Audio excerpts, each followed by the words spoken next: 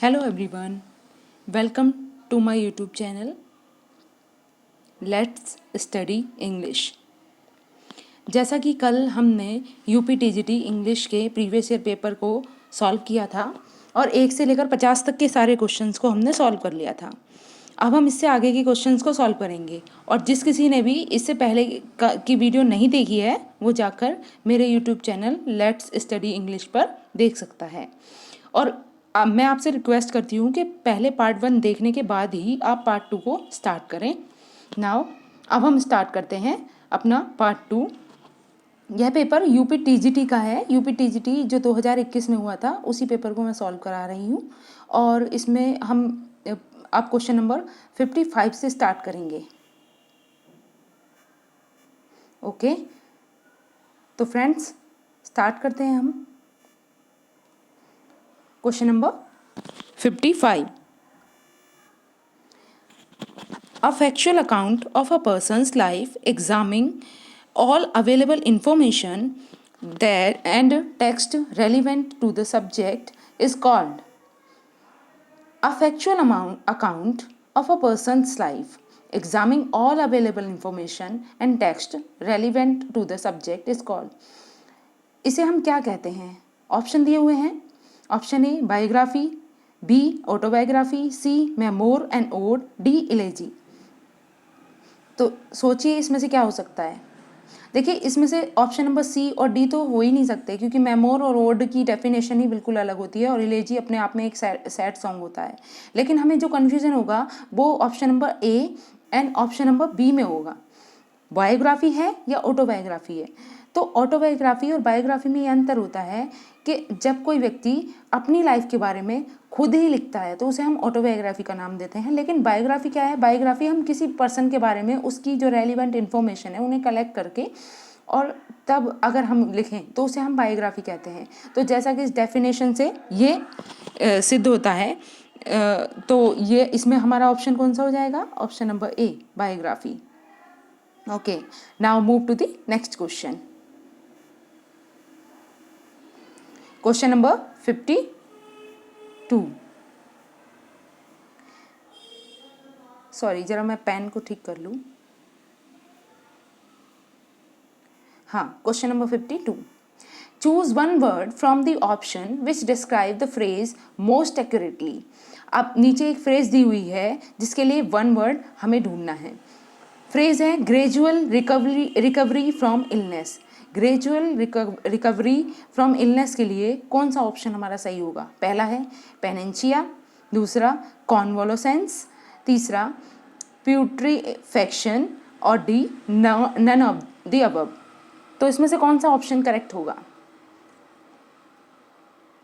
सोचिए और जवाब देने की कोशिश कीजिए।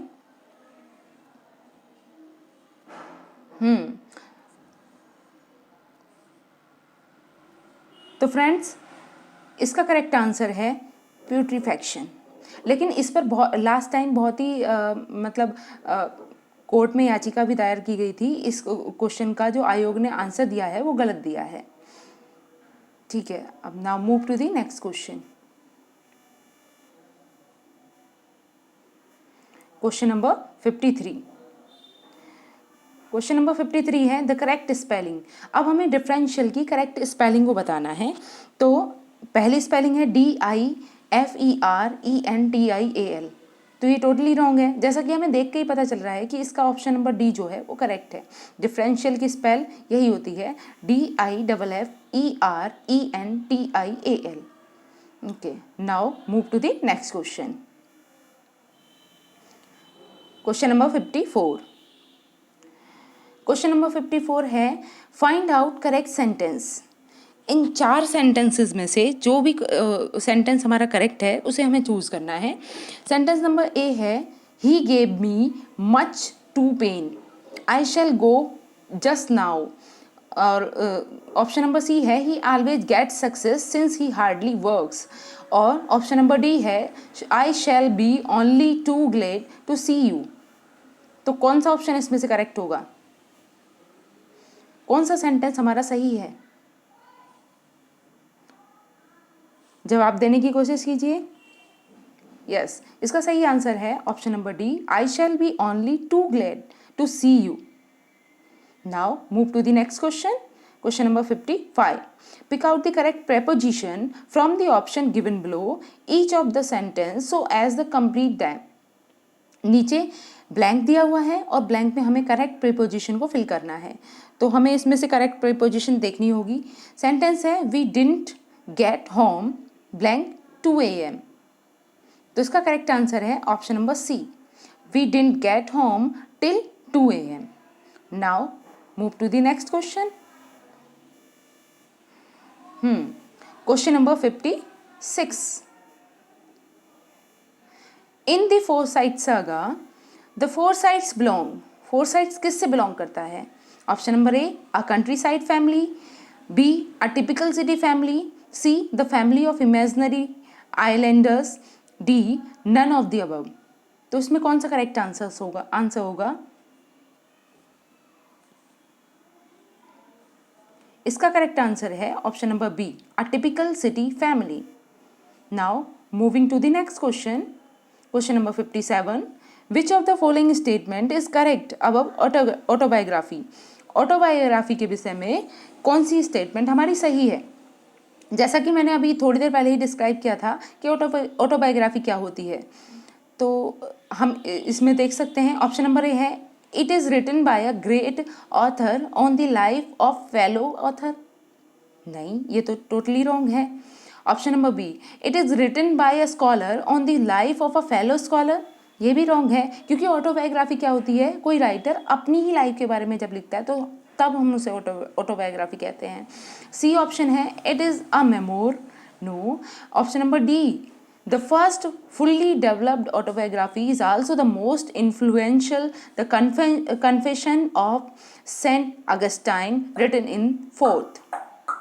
Now moving to the next question.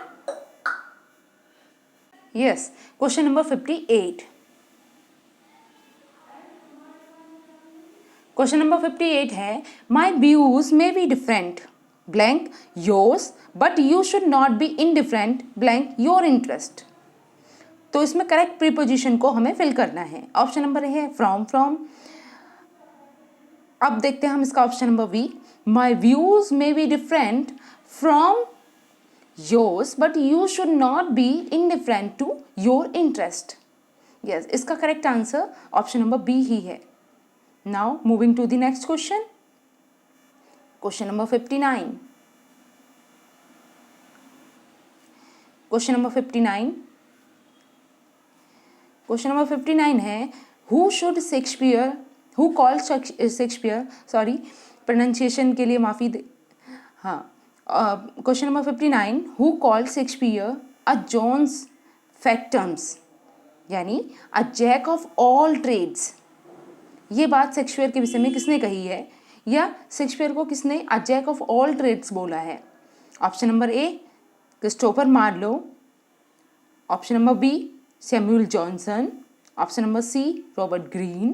D, William Wordsworth. तो इसका करेक्ट आंसर है option number C, Robert Greene. Now moving to the next question, question number 60.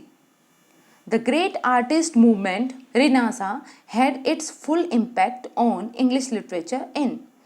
Renaissance का इम्पैक्ट सबसे ज़्यादा कौन सी सेंचुरी में रहा है, इसके बारे में हमें बताना है.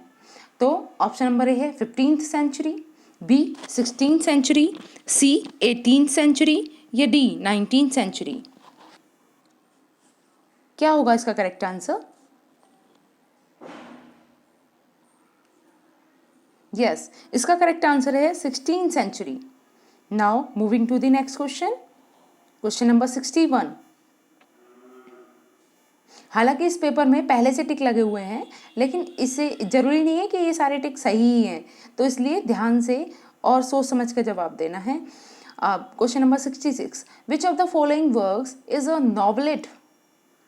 आपको नॉवलेट बताना है कि गॉल्सवर्दी का नॉवलेट कौन सा था. Which of the following work is novelette written by John Galsworthy?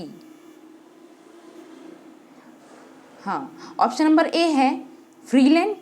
Option number B है जैसोलिन, सी है फोरसाइट सागा, या none of the above.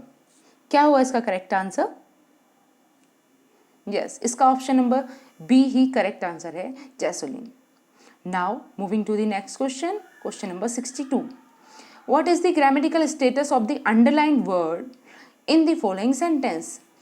Sentence में नीचे एक वर्ड को अंडरलाइन किया गया है और उसका ग्रामेटिकल स्टेटस पूछा है, यानी हमें पार्ट ऑफ स्पीच बतानी है कि ये कौन सी पार्ट ऑफ स्पीच यहाँ है। सेंटेंस है there was a great round applause, round of applause. तो यहाँ पे हमें राउंड वर्ड को बताना है कि ये राउंड वर्ड यहाँ पर किस तरीके से यूज हुआ है, ये कौन सी पार्ट ऑफ स्पीच है। यस, जब भी कभी एक आर्टिकल होता है तो हमें हमेशा ढूंढना होता है कि आर्टिकल के तुरंत बाद या आर्टिकल के बाद एडजेक्टिव आता है या फिर नाउन आता है। तो आर्टिकल के तुरंत बाद यहाँ पर पहले ग्रेट जो है वो एक एडजेक्टिव का काम कर रहा है और एडजेक्टिव हमेशा किसी नाउन की ही विशेषता बताता है। तो यहाँ पर राउंड क्या हुआ, एक नाउन की तरह आया है। तो यहाँ पर हमारा ऑप्शन नंबर ए करेक्ट हो जाएगा, option number A noun. Now moving to the next question, question number 63। Find out the incorrect sentence. अब यहाँ पर 4 सेंटेंसेस दिए हुए हैं, इनमें से हमें करेक्ट सेंटेंस को ढूंढना है, सॉरी इनकरेक्ट सेंटेंस को चूज करना है। तो 3 सेंटेंस ऑब्वियस ही बात है इसमें से करेक्ट होंगे, एक ही इनकरेक्ट होगा। Option number A, but one thing however has not changed. Option number B, you should act like me. Option number C, if you do not work hard you can not succeed. D, I will wait here until you come back. कौन सा ऑप्शन सही होगा?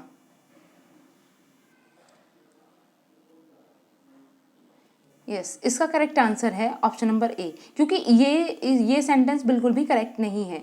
अगर देखा जाए तो इसकी फॉर्मेशन बिल्कुल गलत है।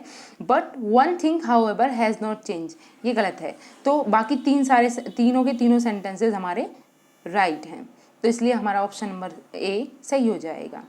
Now moving to the next question, question number 64। What is the correct meaning of the word opposite? देखिए कंफ्यूज मत होना, ये अपोजिट ओ वाला अपोजिट नहीं है, ये अपोजिट अलग होता है, ठीक है। तो आपको इस अपोजिट का मीनिंग बताना है। इसका मीनिंग क्या होगा? ऑप्शन है A contrary, B different, C right, D suitable. क्या सही आंसर है इसका? Yes, option number D suitable. Now moving to the next question. Question number 65. Some statements have been given here for tragedy. Find out correct statements.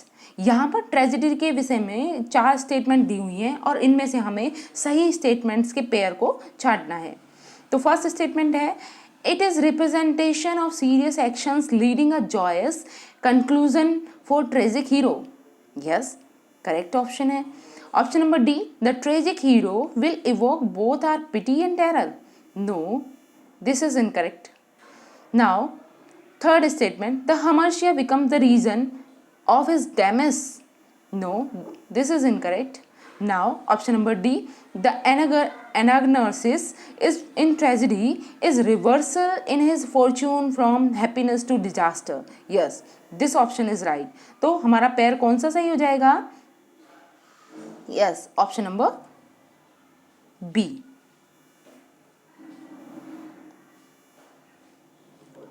Now, moving to the next question.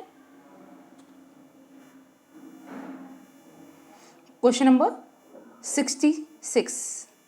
A dramatic monologue is a type of poem that contains. अब हमें dramatic monologue के बारे में बताना है कि किस तरीके की पोएम होती है और मतलब इसके फीचर्स क्या होते हैं।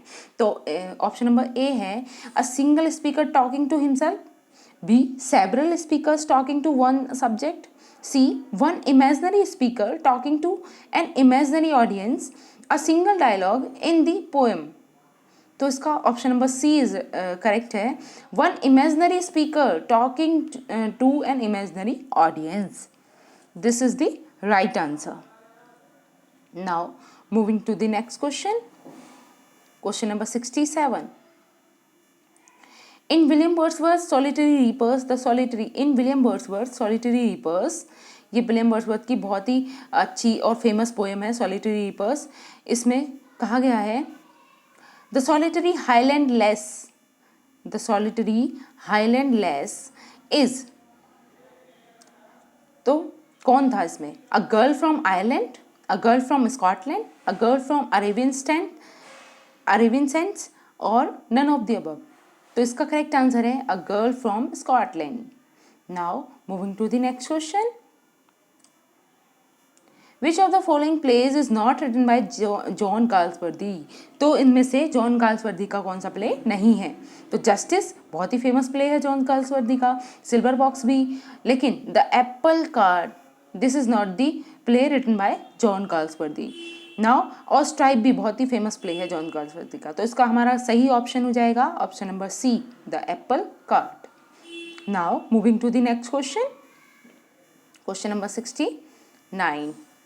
देखिए, अगर आपको अच्छे से समझ में आ रहा है तो मेरी वीडियो को प्लीज़ लाइक कीजिए, शेयर कीजिए, सब्सक्राइब कीजिए, और मैं आगे आपके लिए बहुत ही इम्पॉर्टेंट टॉपिक्स पर MCQs लेकर आऊँगी, और डेली आपको एक वीडियो MCQs पर मिल जाया करेगी। तो कल का टॉपिक आप कमेंट बॉक्स में लिख सकते हैं कि आपको किस टॉपिक पर MCQs चाहिए, उसी टॉपिक पर मैं MCQs आपको अवेलेबल कराऊँगी, तो आप बता सकते हैं मुझे। Now moving to the next question, question number 69। A fable is also called, fable को और क्या कहा जाता है? Option number A parable, B epilogue, C proverb, या डी एग्जाम्पलम। सोचिए और जवाब दीजिए। यस, इसका option number C is right, proverb. Fable को वैसे तो ये एनिमल स्टोरी होती है, लेकिन हाँ, इसका दूसरा नाम प्रोवर्ब भी होता है। Now option question number 70 question, Shakespeare's play loves labours lost is a good example. Shakespeare का जो प्ले है लव्स लेबर्स लॉस्ट, ये क्या है? मतलब कॉमेडी है, ट्रेजेडी है, या किस चीज़ का एग्जाम्पल है, ये पूछा गया है। Option number A the comedy of ideas, B the comedy of manner, C problem play, D romantic comedy. तो क्या होगा इसका करेक्ट आंसर? सोचिए। Yes, comedy of manner, option number B. Now moving to the next question, question number 71। Who among the following writers is known for his epigrammatic prose style? कौन सा ऐसा writer है जिसे उसके एपिग्रामेटिक प्रोज स्टाइल के लिए जाना जाता है? अच्छा, फादर ऑफ ऐसे कौन हो? इसका जवाब आप कमेंट बॉक्स में लिखना, ठीक है। Option number A Thomas Browne, B Bacon, D doctor Johnson, D Addison. Yes, इसका करेक्ट आंसर है Bacon. Now moving to the next question, question number 72. Find out the most suitable preposition from the given option. नीचे दिए गए option में से correct preposition को छांटना है और उसे सेट करना है।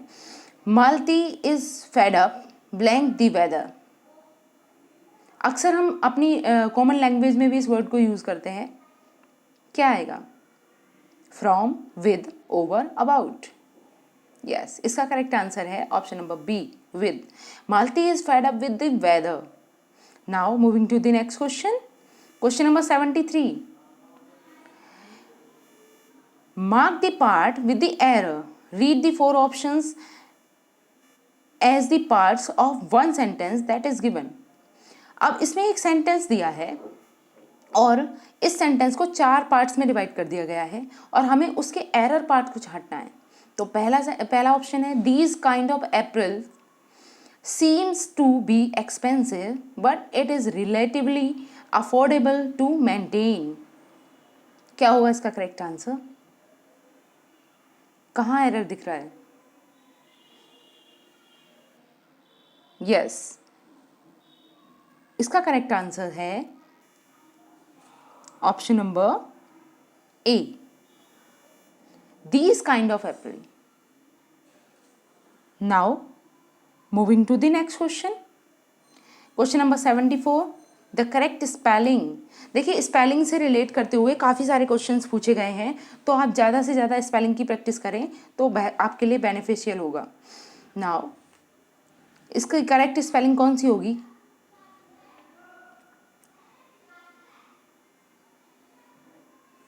यस, इसकी करेक्ट स्पेलिंग है option number C. Now moving to the next question, question number 75। Which of the following work is not written by John Galsworthy? देखिए अभी जॉन गाल्सवर्दी के प्लेज के बारे में पूछा गया था कि इसमें से कौन सा प्ले जॉन गाल्सवर्दी का नहीं है, और यहाँ फिर से जॉन गाल्सवर्दी के प्ले के बारे में ही क्वेश्चन बना है। तो देखते हैं जॉन गाल्सवर्दी का कौन सा वर्क नहीं है। Option number A swan song, option number B the thorn, C saints progress, D flowering wilderness. तो कौन सा वर्क ऐसा है जो जॉन गाल्सवर्दी ने नहीं लिखा है? यस, इसका करेक्ट आंसर है the thorn. Now moving to the next question, question number 76। इसमें पोएम की कुछ लाइंस दी हैं। Lap me in soft Lydian airs, married to immortal words, such as the meeting soul may pierce in notes with many a winding bout, the up lines appears. ये lines कौन सी poem में दिखाई देती हैं, ये हमको बताना है।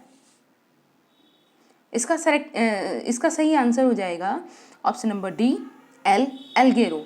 अच्छा, आपको बताना है एल एल्गेरो का मतलब क्या है, इसका जवाब आपको कमेंट बॉक्स में देना है।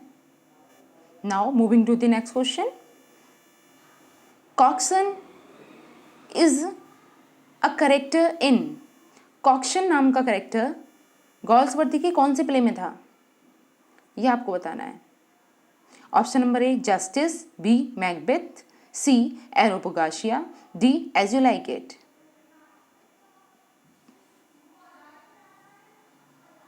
तो इसका ऑप्शन नंबर ए करेक्ट हो जाएगा, जैसा कि मैंने बताया कि गाल्सवर्दी के प्ले में है ये। ठीक है, अब now moving to the next question, question number 78। Which of the following statement is true about closet drama? Closet drama के विषय में हमें सही स्टेटमेंट को छांटना है। पहली स्टेटमेंट है it is a drama full of treachery and intrigues, B a closet drama essentially has double plots, C a closet drama is intended to be read rather than to be staged in theater.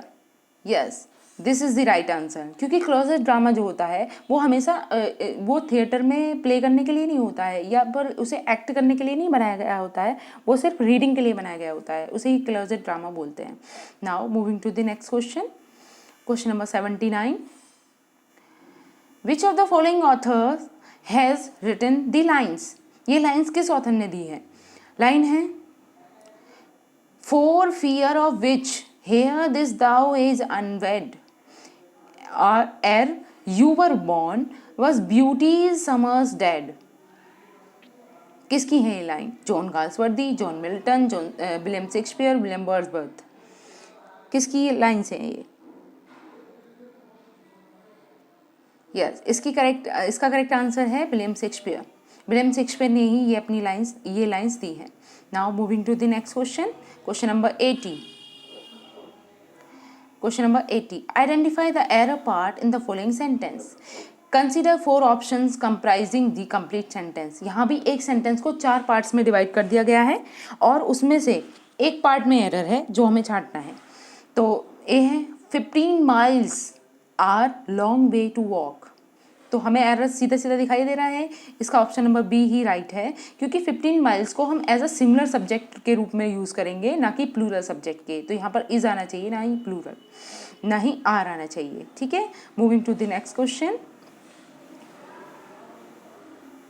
Question number 81।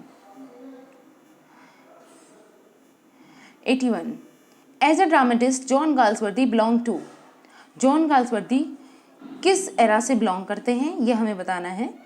तो A है romantic tradition, B psychological tradition and school, realist tradition of Jones and Pinero, और tradition of Edward बॉन। कौन सा option हमारा right है?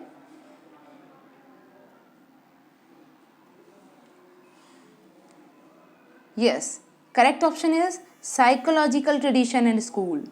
Now moving to the next question. Question number 82. What is the grammatical status of underlined word in the following sentence? नीचे दी गए sentence में grammatical status बताना है उस वर्ड का जिस पर अंडरलाइन की गई है। अब देखिए, अभी लास्ट टाइम भी राउंड ही पूछा था पिछले क्वेश्चन में, और अब फिर से राउंड के बारे में ही पूछा गया है, लेकिन यहाँ राउंड डिफरेंटली यूज़ हुआ है, वहाँ पर डिफरेंटली यूज़ हुआ था। तो ज़रूरी नहीं है कोई एक वर्ड को हम फिक्स कर लें कि नाउन ही होगा, क्योंकि यूज़ के अकॉर्डिंग एक सिंपल वर्ड हर एक पार्ट ऑफ स्पीच की तरह यूज़ हो जाता है।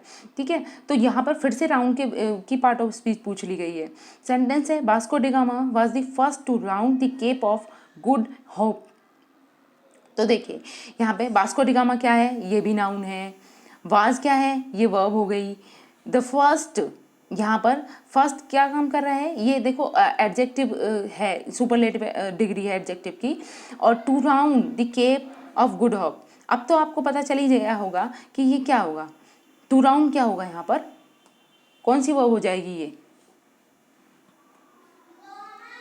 यस, इसका करेक्ट आंसर क्या होगा, नाउन है, एडजेक्टिव है, एडवर्ब है, वर्ब है, क्या होगी ये। देखो केप ऑफ गुड होप क्या है, यहाँ पर नाउन की तरह यूज हो रही है। ठीक है, और ये क्या है बताइए, क्वेश्चन नंबर 82। इसका राइट आंसर है वर्ब, और ये कौन सी वर्ब होगी यहाँ पे, ये है non finite verb. Now moving to the next question, question number 83। A story in verse or prose with a double meaning is properly known as।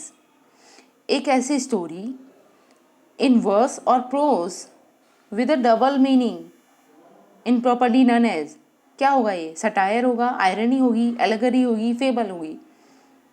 तो फेबल तो हमारी एनिमल स्टोरी होती है, तो इसका करेक्ट आंसर क्या होगा।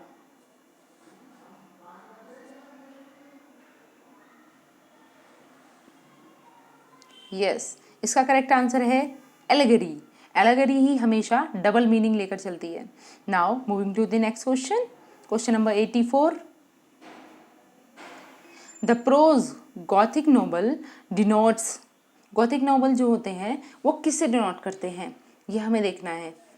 हालांकि आपने पढ़ा भी होगा कि किससे रिलेट करते हैं, सोचिए। नाउ ऑप्शन देखते हैं क्या है। Option number A, the medieval type of architectural work.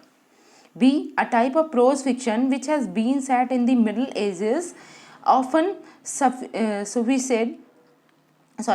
sufficed with gloomy castle. C, a novel full with mysteries in modern age. D, a type of fiction with exotic setting। क्या होगा इसका correct answer.